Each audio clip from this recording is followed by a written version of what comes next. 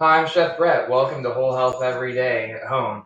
Tonight we're doing a fresh pasta class. Joining me tonight is my executive taste tester, Carly Hickey, and our executive floor cleaner, Jolene. All right, well, thanks for joining us tonight. We know some of you have lots of plans. Thanks for canceling what we had going on to join us. We're going to make just a basic fresh pasta. I heard a lot of you weren't able to get any because the shelves were out lately.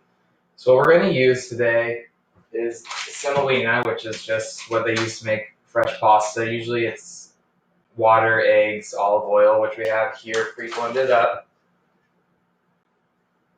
and then a little water if we need it. Tools I'm going to use today are just a bench scraper and a knife, a cutting board, and a mixer to make some stuff. So let's get started. So I've made a well of the flour to hold the eggs.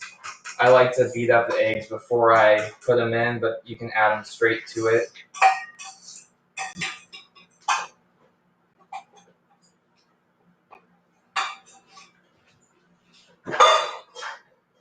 So I like to add a little bit of flour into the well and try and make a thicker dough to start to form before we start kneading it with our hands. So adding a little bit of time, try not to scrape the bottom flour to make it messy on the bottom. We're trying to roll it out.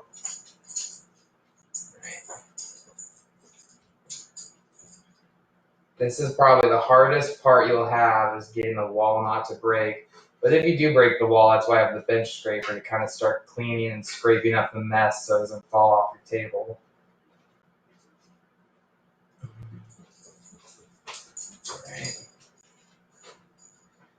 The type of eggs I like to use are, organic, the brown eggs with a really rich yolk. But for olive oil, I do like just kind of a naturally bland olive oil, just good quality, but it's just there to add the fat. I don't want to overpower the flavors I'm going for. I don't know if you can see it, but the egg is starting to get much thicker and it's moving real slow. So I'm going to start chopping it together and mixing it with my hands.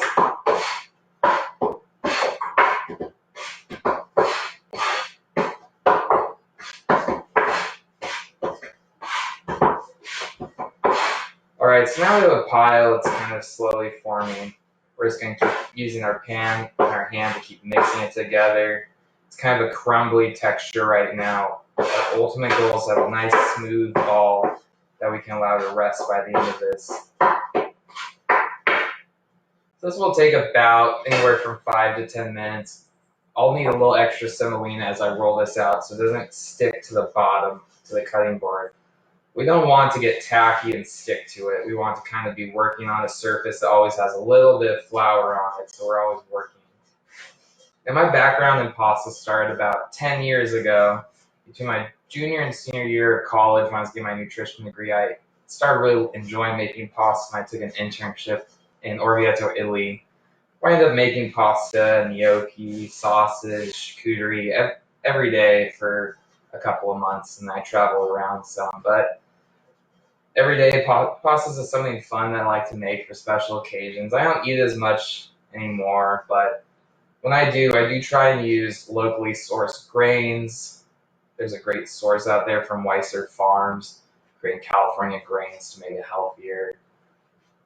Pasta, I like to use local eggs and fresh olive oil, good quality olive oil. So now you can see the balls getting there. It's a little tacky, so I'm going to have to keep adding more semolina flour, and we need to let it develop. So we're going to mix this for about 5 or 6 more minutes.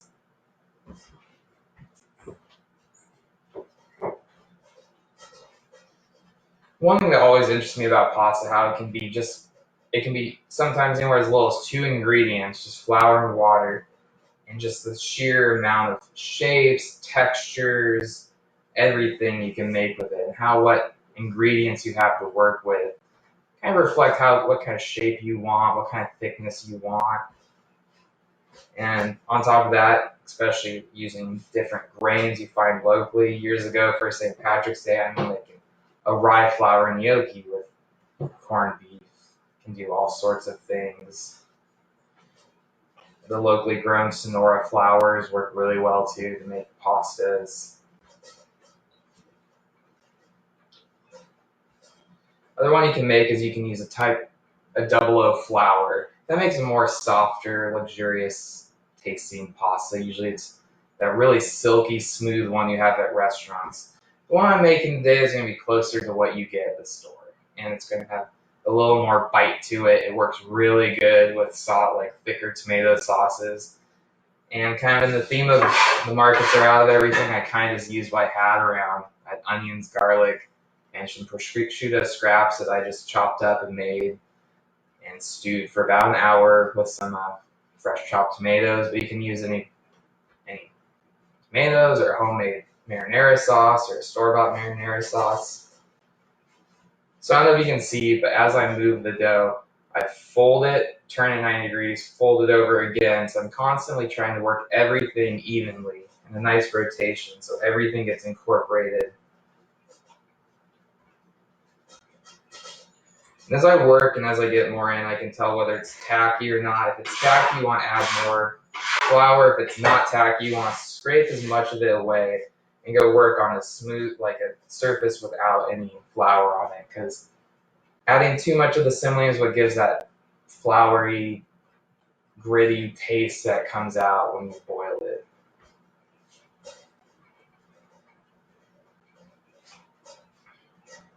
Sometimes you'll get really tired doing this. The best way is to try and keep your arm flat and move your shoulder and use your own body weight to kind of push it down. Otherwise, this will get pretty tough after a couple of minutes. You want your pasta to give you a bit of resistance. It should start to get harder and harder the more you go. And let's keep doing this for a few more minutes. You ultimately want to get a smooth. Here we go. I also have the water here. Sometimes you need more water. Sometimes you have fresher flour that was milled earlier, and that's going to have a higher moisture content. It hasn't lost any moisture yet. Sometimes your eggs have more or less water. So pasta is just kind of by touch. You have to just figure it out as you're going. I'm liking where this is coming.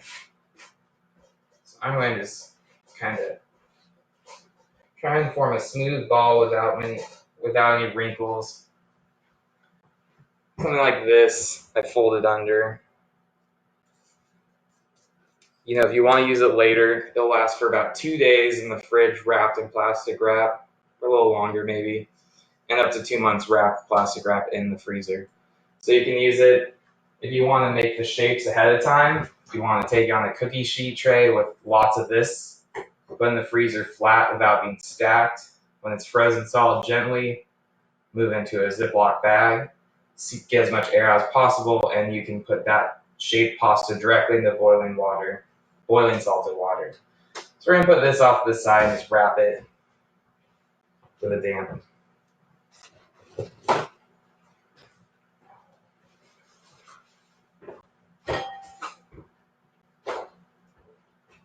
Clean up our area a little bit.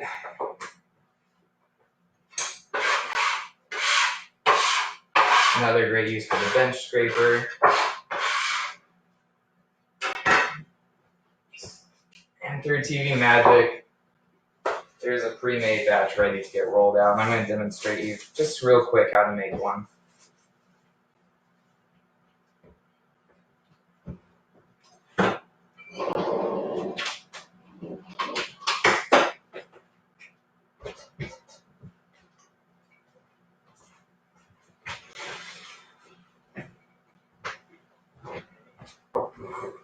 So I'm going to take this little working block and just sort of cut a little bit off, put it back to the side. So this is just a KitchenAid attachment, just a regular one. I want to set to the largest one on the KitchenAid. This starts at 1 is the largest setting and goes all the way down to 8. You usually stop at 6. Some start higher and go lower. You want to try and go through each number twice. I try and flatten it out and make it about the size of that so when it goes through I have a full sheet. We're going to keep using a little bit of semolina on the outside so it doesn't stick and tear apart as we're putting it through.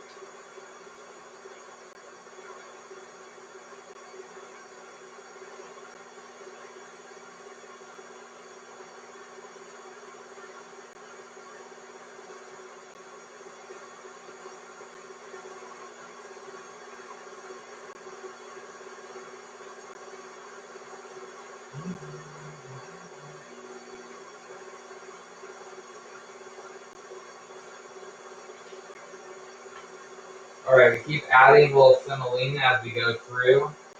I like to use the back of my hand to feed it through some nice flat surface with a good surface area so it doesn't start tearing under its own weight. You don't need to add semolina every time. You kind of just want to check the sides. It basically acts as kind of wheels in between it and guide it through.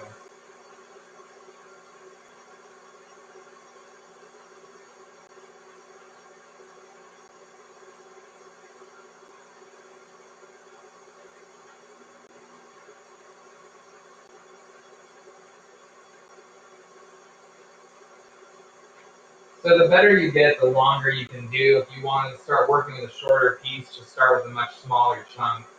By the end of this will get about, a bit longer, and it can be a little hard to deal with if you're not used to it.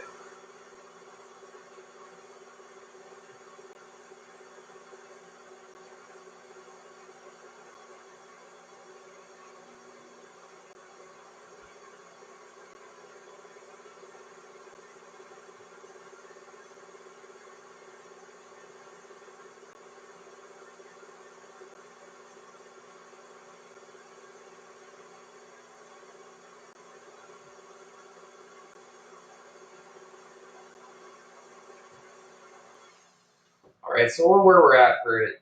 The golden rule is you basically want to be able to see through the pasta. If you hold it out, I can see my fingers through the light, but you can't see that.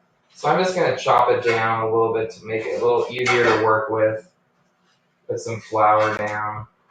Trim up the edges so it looks nice. We're going to put this away for now. So I rolled this out earlier, and you can make these sheets if you're having a dinner party and you want to do it and cut it fresh, make it right before people. I did this about 2 hours ago. It's still in good shape, and it's kind of nice when it dries out a little bit to kind of cut it. It makes it a little more crisp cut. Now, I've had the question before, what's the difference between why people hand make pasta and why people push it through an extruder or a pasta sheeter like that? So when you're hand rolling it out, you're not letting the air bubbles escape, and it creates just that really light, airy texture. Trouble is, it takes months and months of doing it every day to get very good at. And so we're going to cut this sort of like nice. This is what I did earlier, and when I get ready, I'm just going to kind of shake off all the extra semolina and put it aside.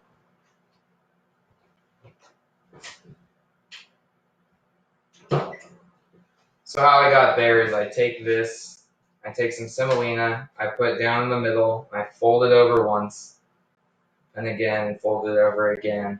And that way I can cut it without trying to cut all the way down. Like I said, normally I would say you should let it go at least 10 minutes before you cut it, and it gives lets it dry out a little bit. It doesn't get sticky when you cut through. This takes a little bit more effort just to kind of tear it apart, whereas if you let it sit for 10, 15 minutes, it becomes a lot easier. But in the end, the product's the same.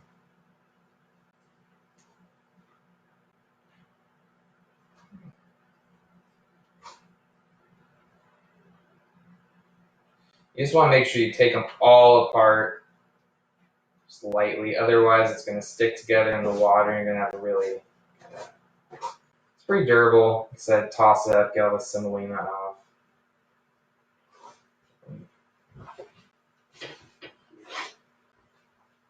I'm going to come over here. Let's see the.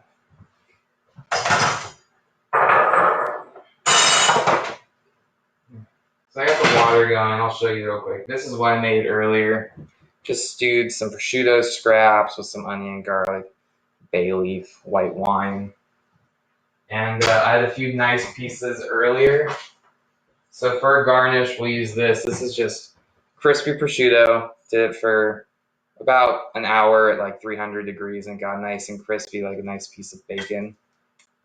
We'll use that to garnish. Then we have some parsley and some Parmesan cheese. At this point, while we're getting ready, I'll show you a real trick to get the pasta off your hands. Don't use water. Take some of your semolina and use that to rub against this dough that formed on your hands. Helps take it right off, kind of like sandpaper. All right, so our water is boiling. I'm gonna salt it now. Pink salt. Let that go. I don't want to add too much pasta and get the water too cool. We're gonna let it just one batch at a time. Gently drop it in. I'm going to heat up some of this sauce in the pan in the front.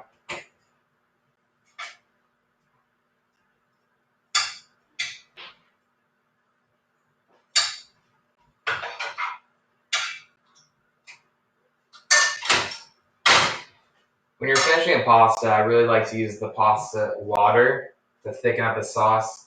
The starch from the semolina that's cooking off and getting off it helps naturally thicken the sauce up and gives it a much more luxurious mouthfeel to it. So fresh pasta to get al dente should only take between 4 and 6 minutes, depending on how thick it is.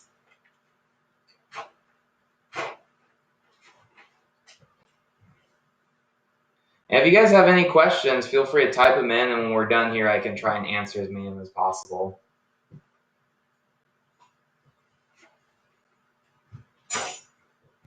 So you just want to stir it once in a while, not too much, just to make sure it's not sticking together.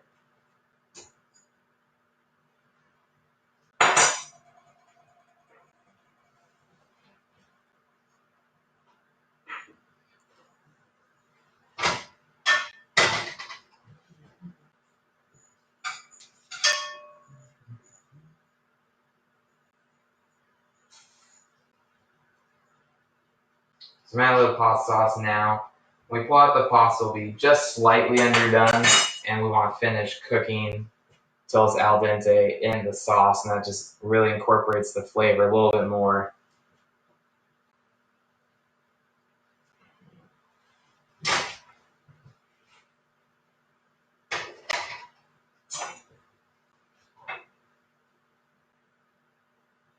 Almost there.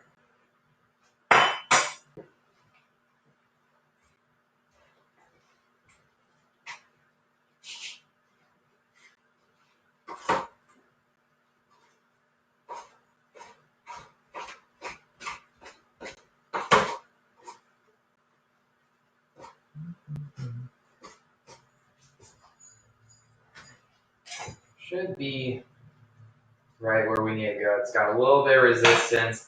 I recommend taking it to a cutting board and sort of just cutting off a little piece and taste testing it. If you probably don't want to touch it with your hands because it's pretty hot.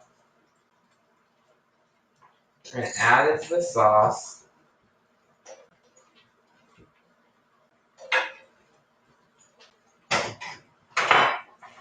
So I'm going to add the second batch.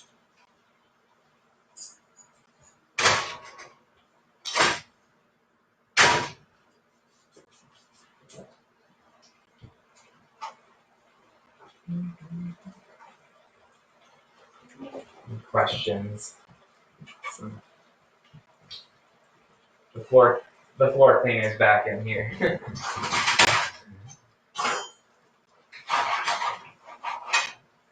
So I'm using tongs, but I don't want to smash it. I'm just using the outside just to kind of swirl it around, keep it moving so that all the pasta is getting coated and not sticking together.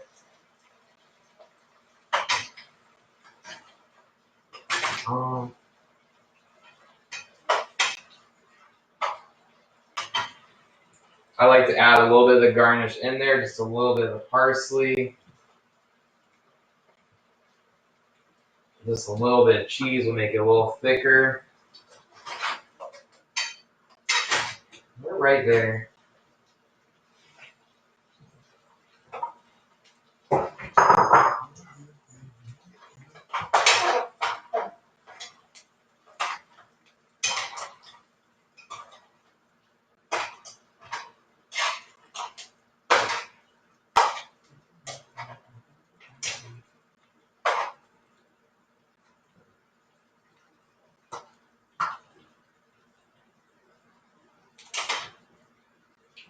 Top it off.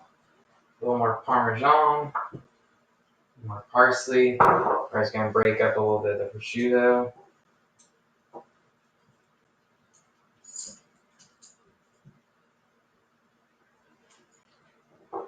All right, here you go. So if you missed your chance to get pasta at the supermarket this last week, just buy some semolina, get some great eggs, find the nice ingredients for a sauce, and you're made. All right, thanks for joining us here at Whole Health Everyday at Home. Please check out our website, wholehealtheveryday.com, for our current services during this at-home order and what we have available when this is all through. Check out our Instagram and Facebook for updates and enter for some of our free class drawings we have. Thank you again so much for joining us. I appreciate you. Thanks for coming to my home. Bye. Bye. Bye. Bye.